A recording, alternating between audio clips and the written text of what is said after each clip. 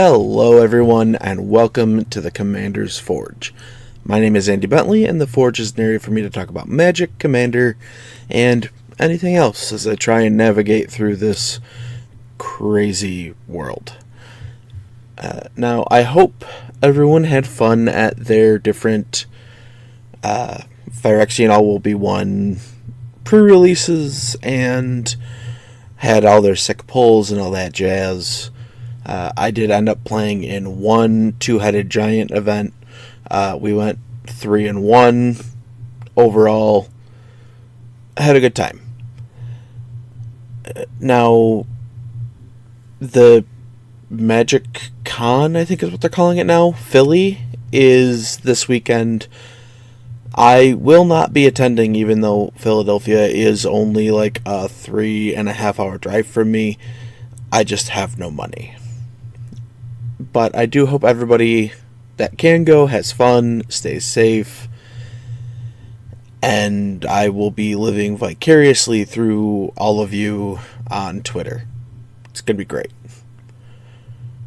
That said, I really would like to get to more events this year, but the way things have been shaping up these first couple of months, I don't know how viable that is this year.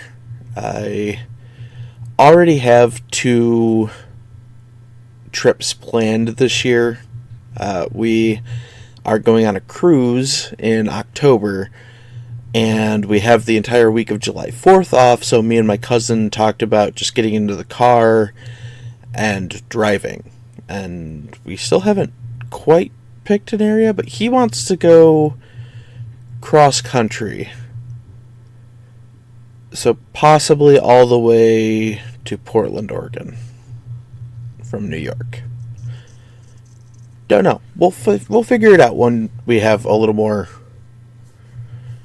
time to sit down and talk to each other. But that said, that's kind of eating a lot of any extra spending money I would have had. And that means I can't really afford one of the passes for any of these Magic Cons that they're doing. So maybe next year. Maybe next year I'll finally have everything all together and I can just kind of, focus on a little more of the travel and hanging out with friends. Yeah, that's kind of it for the first part. And I'll see you in a minute. I just want to take a minute to tell you about my Patreon. I know times are hard for everybody, and I know it isn't easy to shuffle around bills and stuff. Believe me, I know that. But if you would like to help support the podcast, you can find the links to my Patreon in my link tree, which is always put into the description of either the video or the audio, wherever you're listening to it. It would really mean the world to me. Honestly, I'm just struggling to make ends meet most weeks. But that's it. That's all. If you want to help, the links will be where you can find them. And we're back. Now, as I was looking through my decks, wondering what I was going to talk about this week, I happened upon my sliver deck and realized I don't think I've ever talked about my sliver deck. So let's talk about slivers. My sliver deck is headed up by what I think is the best sliver commander, also the most annoying sliver commander, and that is Sliver Overlord. All of the legendary slivers have Wooburg for their mana cost. This one is a Sliver Mutant. It is a 7/7, and for 3, you may search your library for a Sliver card, reveal it, put it into your hand, then shuffle your library, and for 3, you gain control of target Sliver. So, the deck got built mostly as a toolbox, and I feel like that's most Sliver decks. I do also include the other 4 legendary slivers, so we have Sliver Hivelord, Wooburg, sliver, 5/5. Sliver creatures you control have indestructible. We have the first sliver, Wooburg with the sliver, 7/7. It has Cascade, and sliver spells you cast have Cascade. Sliver Legion, again, Wooburg, sliver, 7/7. All sliver creatures get +1/+1 for each other sliver in play. And then we have the OG Sliver Queen, again, Wooburg, sliver, 7/7. You can pay 2 to put a sliver token into play. Treat this token as a 1/1 colorless creature. So the joy of having Sliver Overlord as our commander means we essentially have access to any of the other legendary slivers we need at any given time. And then we just kind of get into our little toolbox. So the first thing I wanted on these slivers was haste. And I get that through, several sources. The first one is Firewake Sliver. 1, a red and a green for a 1/1 sliver. All slivers have haste and pay 1, sacrifice this creature. Target sliver gets +2/+2 till end of turn. Blur Sliver is 2 and a red for a 2/2 sliver. Sliver creatures you control have haste. Reflex Sliver is a 3 and a green for a 2/2 sliver. All slivers have haste. Heart Sliver is 1 and a red for a 1/1 sliver. All slivers have haste. And Cloud Shredder Sliver, a red and a white for a 1/1 sliver. Sliver creatures you control have flying and haste. So that kind of opens the way for us wanting to do a very aggro forward deck. And that is kind of supported by some of the other stuff we are running. And the first group I want to talk about is the slivers that are going to pump our other slivers. These fall in line with the Sliver Legion, but we start off with Battle Sliver, which is 4 and a red for a 3/3 sliver. Sliver creatures you control get +2/+0. Muscle Sliver, 1 and a green, 1/1 sliver. All slivers get +1/+1. Sinew Sliver, 1 and a white for a 1/1. All slivers get +1/+1. Cleaving Sliver is 4 and a red for a 2/2 sliver. Sliver creatures you control get +2/+0. Predatory Sliver is 1 and a green for a 1/1 sliver. With sliver creatures you control get +1/+1. Might Sliver is 4 and a green for a 2/2 sliver that says all slivers get +2/+2. Megantic Sliver is 5 and a green for a 3/3 sliver. Sliver creatures you control get +3/+3. Now, also falling into that theme, we are running Coat of Arms, which is a 5-mana artifact. Each creature gets +1/+1 for each other creature on the battlefield that shares at least one creature type with it. So in this deck, this is essentially just a spare copy of Sliver Legion. Now, after pumping them, we're going to want to be able to get through, so we do that with Horn Sliver, 2 and a green for a 2/2 sliver. All slivers gain trample. And yeah, then we get into different keyword abilities that we want to give to our creatures. A fun one to go with trample is Venom Sliver, 1 and a green for a 1/1 sliver with sliver creatures you control have Death Touch. And then we get into things that go well with Death Touch.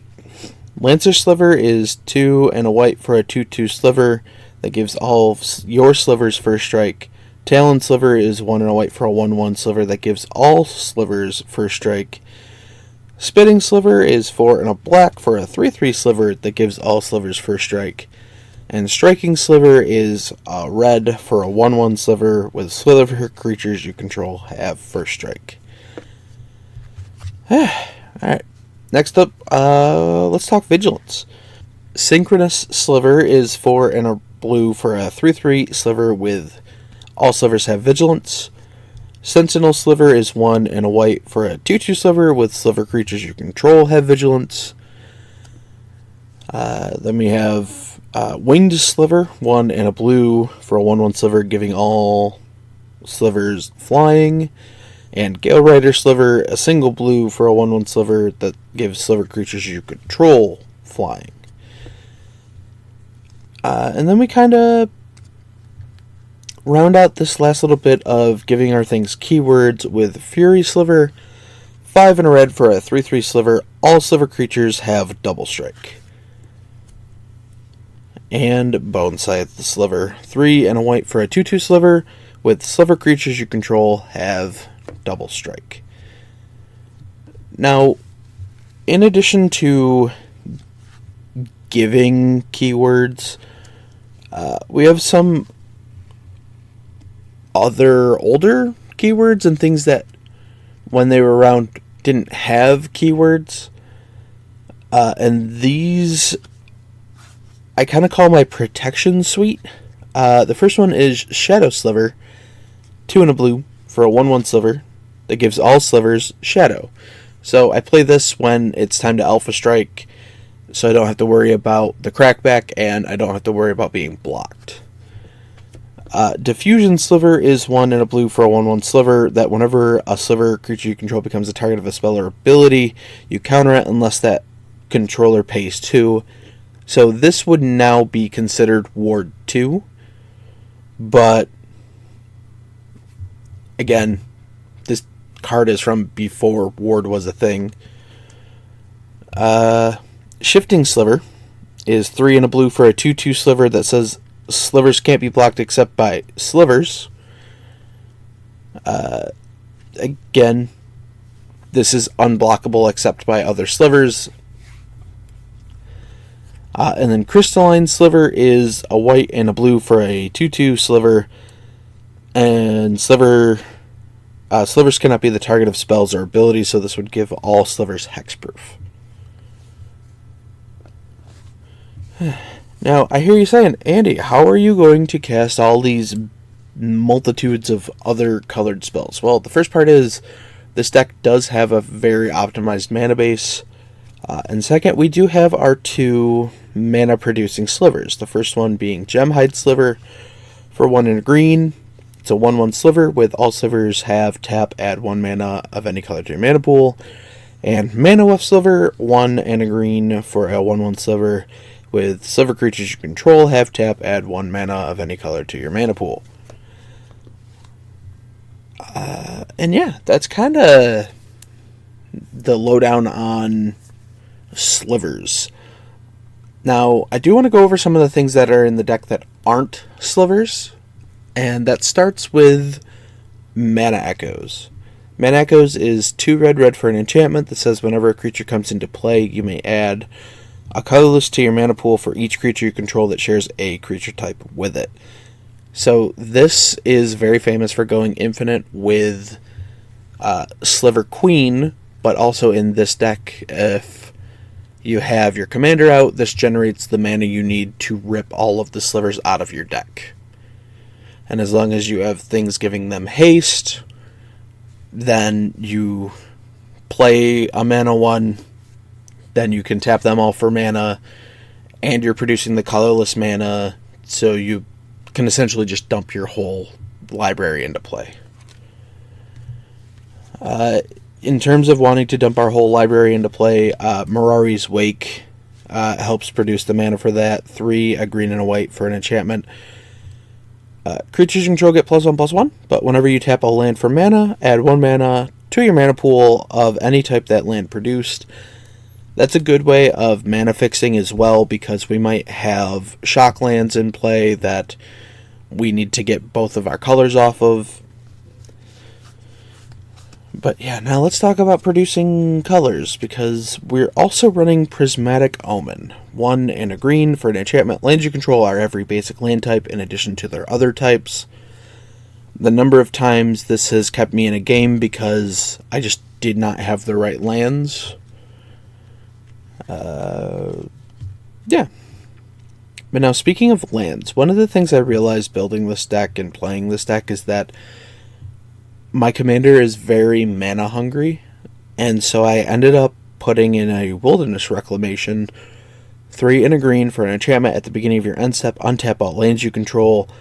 At the least degenerate, thing you can do with this is you untap all your mana. You're able to get your hand refilled with your commander out. Stuff like that. Yeah. Next up, we have a Throne of the God Pharaoh. It's a 2-mana legendary artifact. At the beginning of your end step, each opponent loses life equal to the number of tapped creatures you control.